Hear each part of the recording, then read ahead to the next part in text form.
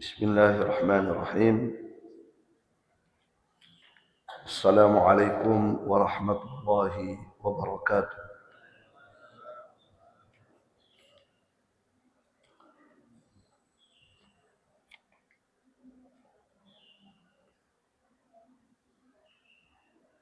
Innal hamdalillah nahmaduhu wa nasta'inuhu wa nastaghfiruh wa na'udzu billahi min shururi anfusina wa min sayyiati a'malina. May yahdihillahu fala mudilla lahu wa may yudlil fala hadiya lahu. Ashhadu an la ilaha illallah wahdahu la syarika lahu wa ashhadu anna Muhammadan abduhu wa rasuluh sallallahu alaihi wa ala alihi wa ashabihi wa man tabi'ahum bi ihsanin ila yaumiddin. Amma ba'd. Kaum muslimin wal muslimat rahimani wa rahimakumullah. Alhamdulillah, pada subuh hari ini kita kembali bersyukur kepada Allah Subhanahu wa taala yang kembali memberikan kemudahan kepada kita semuanya untuk menunaikan salat subuh berjamaah di masjid kita ini dan melanjutkan kajian kita membahas kitab Al-Usul Al-Thalatha karya Syekh Muhammad bin Abdul Wahhab rahimahullah. Tapi pada pertemuan sebelumnya kita telah membahas rukun Islam yang kelima, yaitu melaksanakan ibadah haji. Yang tentunya bagi mereka yang diberikan kemampuan oleh Allah Subhanahu wa taala. Ya. Baik jamaah sekalian, barakallahu fikum. Bagi yang belum diberikan kemampuan untuk melaksanakan ibadah haji karena butuh biaya yang sangat besar dan butuh fisik yang kuat, maka Allah Subhanahu wa taala menyiapkan kepada hambanya amalan-amalan yang tidak perlu mengeluarkan biaya besar seperti biaya ibadah haji, tetapi pahalanya itu hampir sama dengan ibadah haji.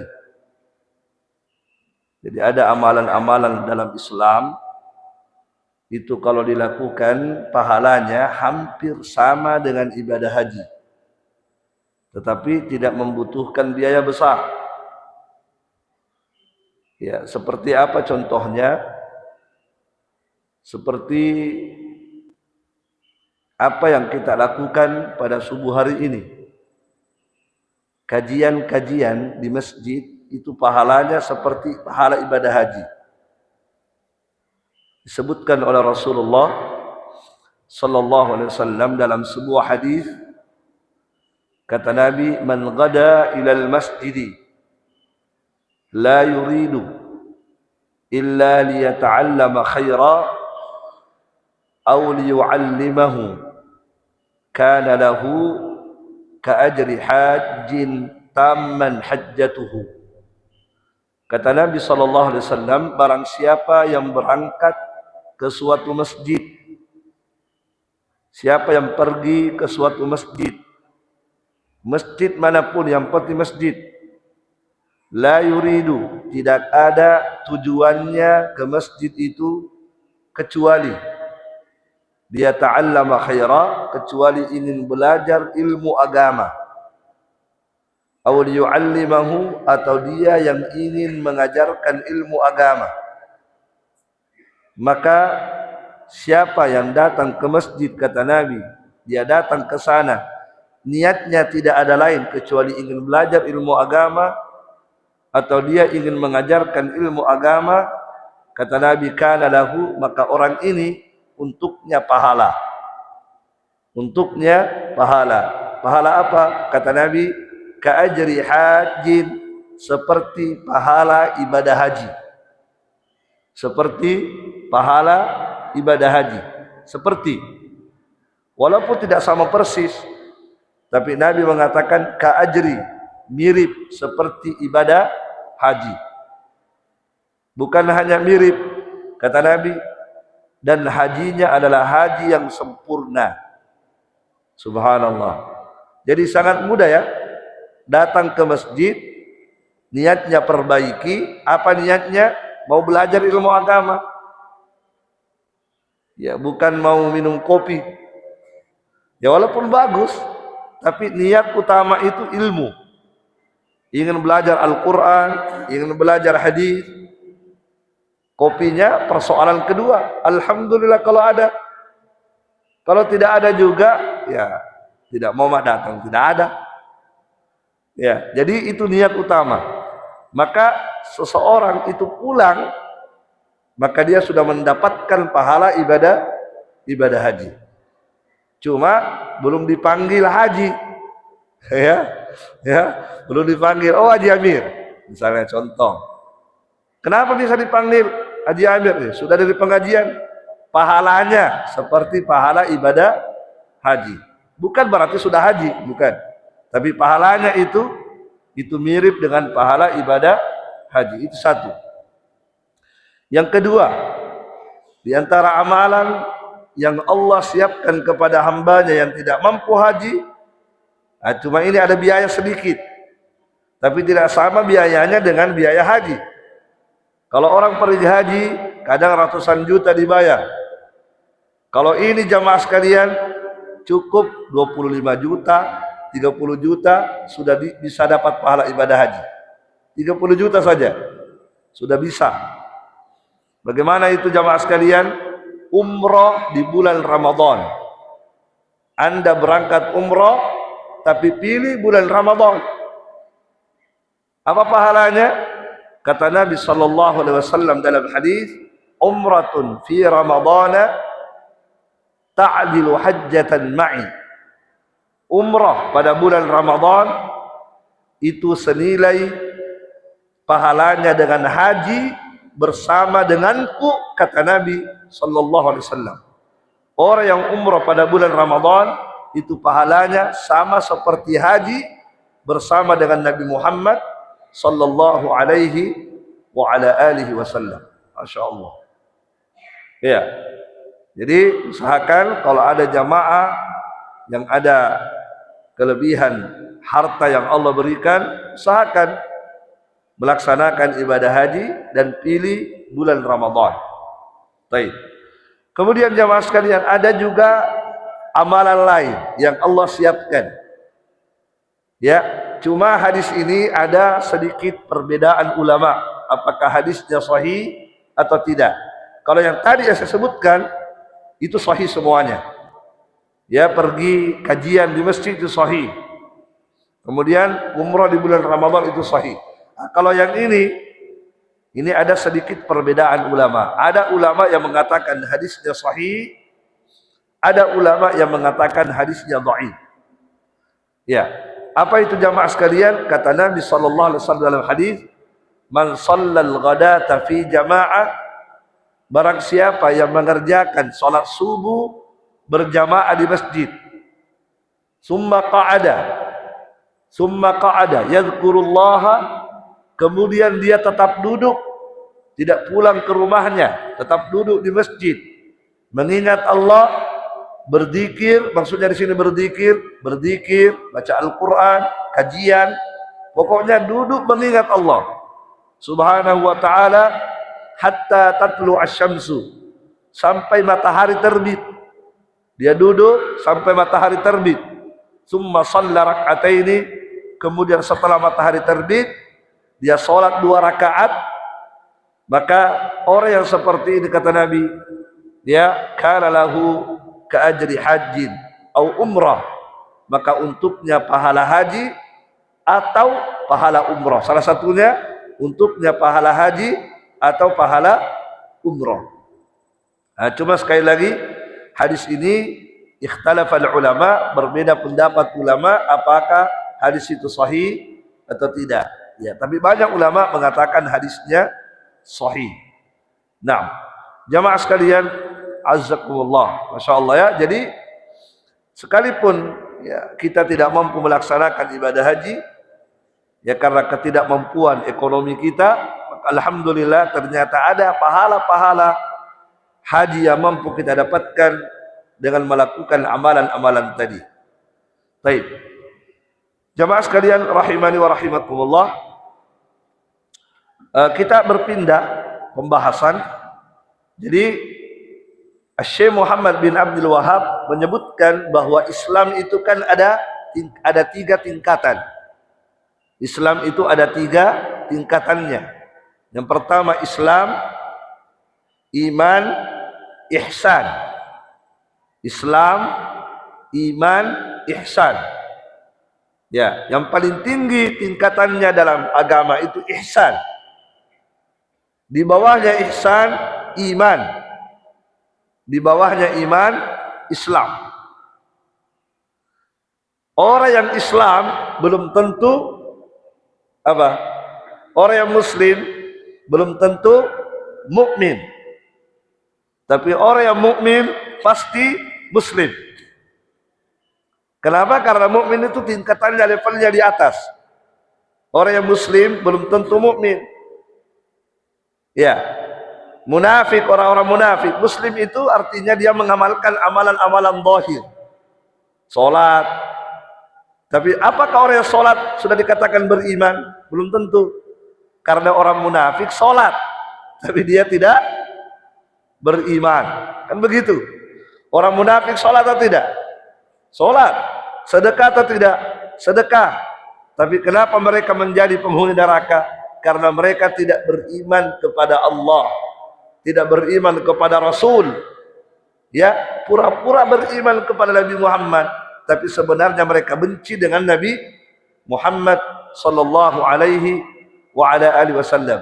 Maka terkadang ada orang mengamalkan amalan Islam tapi dia tidak beriman. Ya, maka iman itu tingkatannya di atas Islam. Nah, ini kita akan bahas. Kalau untuk Islam sudah selesai ya. Apa makna Islam sudah kita bahas. Kemudian Islam ada berapa rukunnya? Ada 5. Salat, syahadat, salat, apa lagi? Puasa, haji, dan zakat. Nah, ini sudah kita bahas satu persatu. Sekarang kita bahas tingkatan Islam yang kedua, yaitu iman. Yaitu iman. Kata penulis, al-martabatus tsaniyah al-iman. Tingkatan Islam yang kedua adalah iman. Wa huwa bid'un wa sab'una syu'bah. Dan iman itu ya ada 70 cabang lebih. Iman itu ada 70 bagian lebih. A'laha, ya, cabang iman yang paling tinggi, tingkatan iman yang paling tinggi adalah qaulu la ilaha illallah. Itu yang paling tinggi dari keimanan. Yaitu qaulu la ilaha illallah. Seseorang yang mengucapkan la ilaha illallah, maka orang yang mengucapkan la ilaha illallah, maka dia telah masuk dalam keimanan. Wa adnaha imatatul adha 'anit tariq. Dan iman, bagian iman yang paling rendah, yang paling minimal adalah imatatul adha 'anit tariq, menyingkirkan gangguan yang ada di jalan. Jadi, kalau ada orang melihat ada sampah atau ada duri atau ada batu yang mengganggu orang lewat, kemudian dia hilangkan, dia buang, dia singkirkan, nah itu bagian dari iman. Itu bagian dari iman. Kemudian wal haya'u syu'batun minal iman, dan rasa malu itu bagian dari iman. Malu bagian dari iman.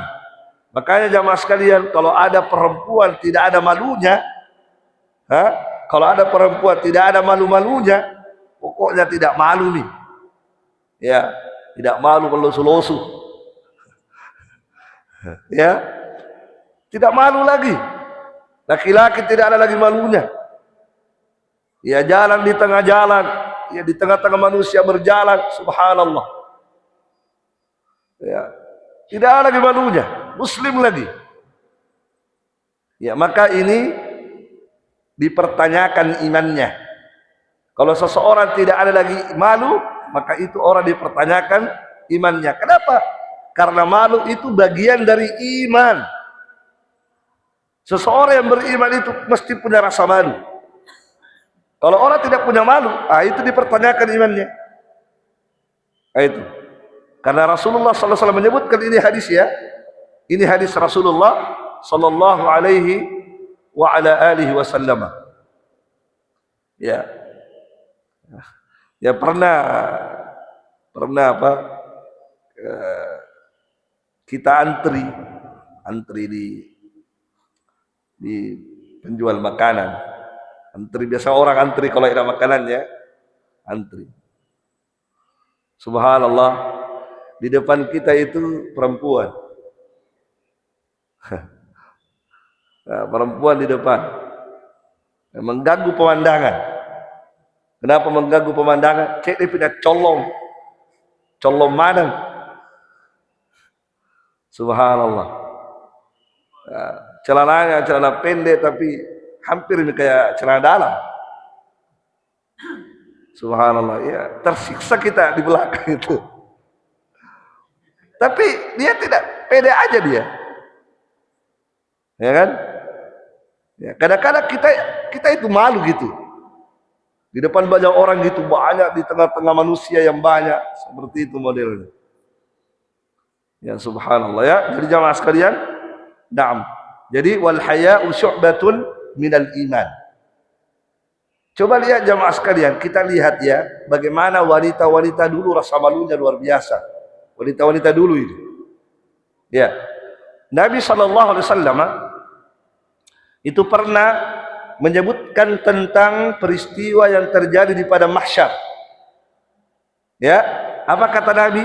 Ketika manusia dikumpulkan di padang mahsyar, mulai dari Nabi Adam dan umatnya, Nabi Musa umatnya, semua nabi, semua manusia pertama sampai terakhir nanti dikumpulkan di padang mahsyar. Laki-laki, perempuan, tua, muda, semua kumpul di situ. Ya.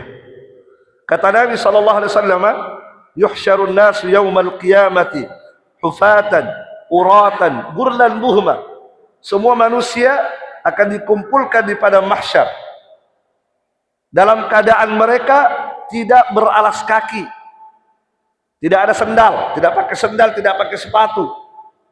Uratan, tidak pakai baju sedikit pun, tidak ada busananya, tidak ada celana, tidak ada baju, pokoknya tidak ada. Burlan buhma, tidak pakai topi, tidak pakai songkok, tidak pakai penutup kepala. Kemudian tidak berkhitan, kembali seperti semula. Di waktu kita dilahirkan, nanti begitu lagi kita dibangkitkan. Ya, seperti kita awal mula lahir, tidak ada apa-apa.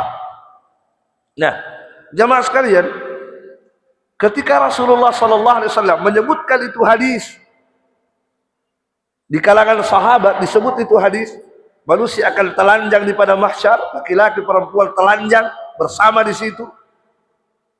Tiba-tiba Aisyah, istrinya Nabi Muhammad, bertanya ke Nabi, "Ya Rasulullah, ar-rijalu wal nisa yanzuru ba'duhum ila ba'd?" Ya Rasulullah, kalau begitu kondisinya, laki-laki akan melihat kami. Ya, pertanyaan itu kan. Kalau manusia telanjang, maka laki-laki akan melihat kita. Kita akan lihat laki-laki nanti. Ya. Lihat jamaah sekalian, kenapa Aisyah berkata demikian ke Nabi? Sempatnya itu Aisyah berpikir begitu. Dan lihat itu laki-laki paling. Itu muncul itu karena rasa malu. Aisyah punya rasa malu yang luar biasa. Nah, kalau kita tidak berbusana, dilihat ke orang, malulah. Gitu. Subhanallah. Maka Nabi SAW mengatakan, ya Aisyah, al-amru asyaddu min ayyuhimmahum dhalik. Wahai Aisyah, peristiwa yang terjadi di pada mahsyar, keadaan yang terjadi di pada mahsyar sangat menakutkan sehingga menghilangkan nafsu manusia. Hilang nafsu manusia, tidak ada lagi ketertarikan untuk melihat lawan jenisnya karena tidak ada nafsunya. Kenapa hilang nafsunya? Karena menakutkan keadaan yang terjadi di padang mahsyar. Tetapi jamaah sekalian, poinnya adalah lihatlah Aisyah, istri Nabi Muhammad sallallahu alaihi wasallam, ketika disebutkan laki-laki perempuan sama-sama di situ, tidak pakai baju, tidak pakai celana, maka Aisyah bertanya, ya Rasulullah, kalau begitu kita akan dilihat oleh laki-laki, kita akan malu. Begitulah orang-orang yang beriman. Begitulah orang-orang yang beriman. Satu lagi, di masa Nabi ada seorang perempuan di masa Nabi, perempuan yang sangat hitam kulitnya, berkulit hitam. Ya, subhanallah. Ya, mungkin dari Ethiopia, ya, atau Nigeria atau bagaimana lah ya. Intinya ini perempuan hitam kulitnya. Tentunya tidak cantik. Perempuan ini jamaah sekalian itu datang ke Nabi, ya Rasulullah, sesungguhnya saya ini umra'atun usra. Saya ini adalah seorang wanita yang kena penyakit epilepsi. Saya diuji oleh Allah dengan penyakit epilepsi. Penyakit apa itu? Penyakit ayan ya. Ya, yang biasa langsung tiba-tiba menggelepar. Ya, apalagi kalau kena dingin biasa langsung ya pada melusuh-lusuh, pada menuih. Ya kan? Ya Rasulullah, ud'ullah li. Tolong doakan saya kepada Allah agar Allah sembuhkan penyakit. Doakan. Karena ini penyakit susah sembuhnya. Ya, kecuali hanya Allah yang memberikan kesembuhan. Tolong doakan saya agar Allah sembuhkan penyakitku. Maka apa kata Nabi SAW? Nabi memberikan kepadanya dua pilihan. Yang pertama, saya doakan kamu sembuh. Atau saya tidak doakan, kamu bersabar dengan penyakitmu, tapi kamu mendapatkan surga. Yang mana kamu pilih? Pilih salah satunya. Saya doakan sembuh. Atau tidak saya doakan, sabar dengan penyakitmu, walakal jannah, walakil jannah, dan untukmu surga. Apa yang dia pilih? Dia mengatakan asbir, ya Rasulullah, saya pilih sabar. Tidak usah didoakan balik, sabar mak. Kenapa? Karena sudah jelas surga. Ya kan? Lebih bagus bersabar karena sudah pasti surga. Ya, karena di dunia itu kan hanya sementara penderitaan. Tidak lama itu penderitaan. Kemudian akan mendapatkan kenikmatan yang abadi di surga. Maka dia berkata, saya sabar. Tidak usah didoakan. Itu pilihannya perempuan. Ya, kalau kita Pak, apa pilihan tak? Mau sembuh? Dua-duanya lah. Ya, kalau dua-duanya berarti bukan pilihan namanya. Ya, salah satunya dipilih. Ya, kalau kita pasti surga lah. Surga. Ya. Subhanallah ya. Tapi jamaah sekalian. Nah, tapi itu perempuan minta lagi ke Nabi. Ada lagi permintaannya. Ya Rasulullah, saya bersabar, tidak usah doakan, tapi tolong ada lagi satu permintaanku. Apa itu? Tolong doakan saya, ya Rasulullah, doakan saya kepada Allah. Ketika datang itu penyakitku, kalau nanti datang itu penyakit, tolong doakan agar Allah tidak membuka auratku. Subhanallah. Doakan saya supaya aurat saya ditutup oleh Allah saat datang itu penyakit. Kan biasa kalau orang penyakit begitu kan tidak sadar, Pak. Tidak sadar itu. Ya, mendrek di rokna, colonnya nunda. Orang tidak sadar. Terbuka itu aurat kalau orang penyakit begitu. Yang pakai jilbab bisa lepas jilbabnya. Yang pakai baju bisa buka bajunya. Tidak sadar. Lihat permintaannya perempuan, doakan saya ya Rasulullah, mintakan saya kepada Allah, ketika Allah datangkan itu penyakit, Allah tutup auratku. Inilah perempuan yang beriman. Beginilah gambaran wanita-wanita soleh yang beriman. Ada rasa malu.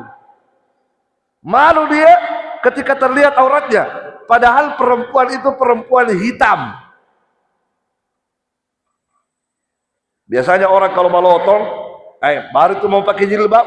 Kenapa? Mau tutup lotongnya. Kenapa? Kadang-kadang sebagai orang pakai jilbab. Kenapa pakai jilbab? Ya, supaya kelihatan cantik. Kenapa? Rambutnya jelek. Bukan untuk menutup aurat, tapi untuk menutupi kekurangannya.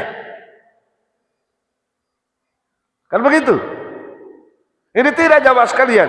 Ini perempuan hitam, tapi lihat, malu auratnya dilihat ketika datang penyakit. Padahal ketika datang penyakit, aurat kelihatan. Berdosa atau tidak? Tidak berdosa. Tidak berdosa, Pak, karena tidak sengaja. Tapi begitulah rasa malu. Keimanan yang ada pada hati-hati mereka melahirkan rasa malu yang luar biasa. Malu auratnya mereka dilihat. Nah, maka jamaah sekalian, malu bagian dari iman. Baik. Kemudian berikutnya Syekh Muhammad bin Abdul Wahab mengatakan wa arkanuhu sittah. Dan rukunnya iman ada 6. Jadi rukunnya iman ada 6. Sebagaimana Islam rukunnya ada 5, maka iman rukunnya ada 6. Apa artinya rukun? Rukun itu tiang, pondasi. Artinya kalau Anda tidak wujudkan ini, maka hilang iman. Nah, ini iman yang wajib, ini wajib, harus. Karena iman itu ada yang harus, ada yang hanya menyempurnakan, penyempurna saja. Kalau ini harus, itu namanya rukun. Artinya rukun itu kalau Anda tidak laksanakan ini, Anda tidak kerjakan ini 6, maka hilang iman Anda. Anda bisa jadi kafir. Begitu. Ya, ada berapa rukunnya iman? Ada 6. Ya. Apa itu? Beriman kepada Allah. Beriman kepada malaikat-malaikat Allah. Beriman kepada kitab-kitab Allah. Beriman kepada rasul-rasul Allah. Beriman kepada hari kiamat. Beriman kepada takdir Allah Subhanahu wa taala yang baik dan yang buruk. Ada 6. Antu'mina billahi wa malaikatihi wa kutubihi wa rusulihi wal yaumil akhiri wa tu'mina bil qadari khairihi wa syarrihi. Ada 6 rukun iman. Baik. Yang pertama, beriman kepada Allah. Ini yang pertama. Bagaimana itu beriman kepada Allah? Maksudnya bagaimana? Apa yang harus diimani? Apakah sekedar percaya Allah ada? Cukup? Enggak. Bukan hanya percaya Allah ada, bukan begitu maksudnya. Terus apa maksudnya? Apa maksudnya? Bagaimana itu dikatakan beriman kepada Allah? Maksudnya bagaimana? Apa yang harus diimani? Nah, ini akan kita bahas pada pertemuan berikutnya insyaallah taala. Jadi nanti kita rinci satu persatu ya. Iman kepada Allah bagaimana? Iman kepada malaikat bagaimana? Kita akan bahas nanti satu persatu. Kita akan mulai nanti pada iman kepada Allah Subhanahu wa taala. Baik, ada pertanyaan? Silakan. Waalaikumsalam warahmatullahi wabarakatuh.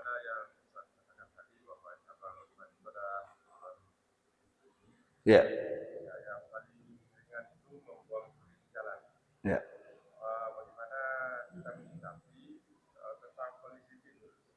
Polisi tidur masuk. Iya. Iya.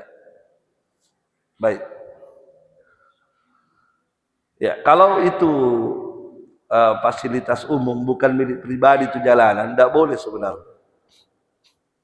Kalau itu bukan jalanan pribadi, tapi itu jalanan umum, ya maka tidak diperbolehkan seseorang itu melakukan apa namanya tindakan-tindakan yang bisa mengganggu pengguna jalan tanpa seizin pemilik jalan. Ya, tidak diperbolehkan. Seorang itu asalnya itu kan jalanan umum.